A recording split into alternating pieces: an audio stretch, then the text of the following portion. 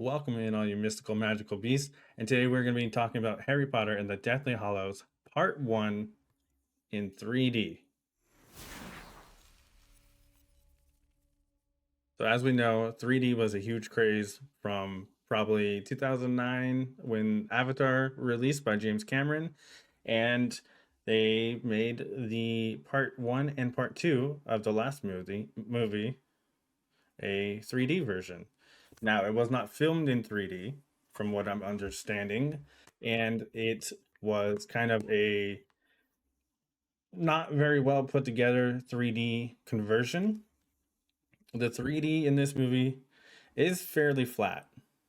So if you're expecting like 3D pop-ups, things that like jump into the screen, try to grab you, you're not going to get that with this movie. But it is still enjoyable to watch.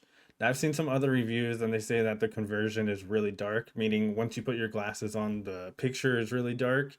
And that is true to a degree. If you have a projector, you can always turn the brightness up on your projector or even your 3D TV if you have one of those. Overall, the movie itself is great. The Harry Potter series I love, as you can tell, but we're talking about the 3D in this movie. And from the beginning, you think that there would be a lot of pop-outs just right in the beginning, but there's not a lot to catch your eye.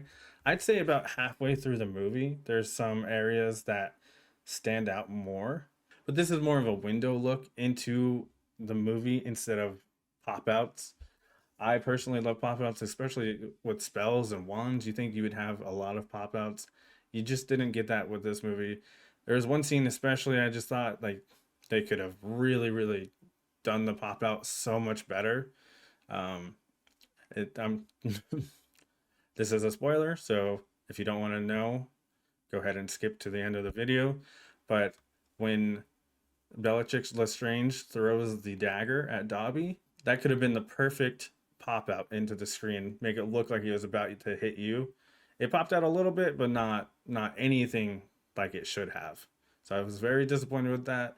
Um, Going into this, I knew that the reviews of other people saying that it was going to be flat, I knew about those, so I kind of had a suspicion, and they were not wrong. However, a lot of them say don't even watch it in 3D. I disagree.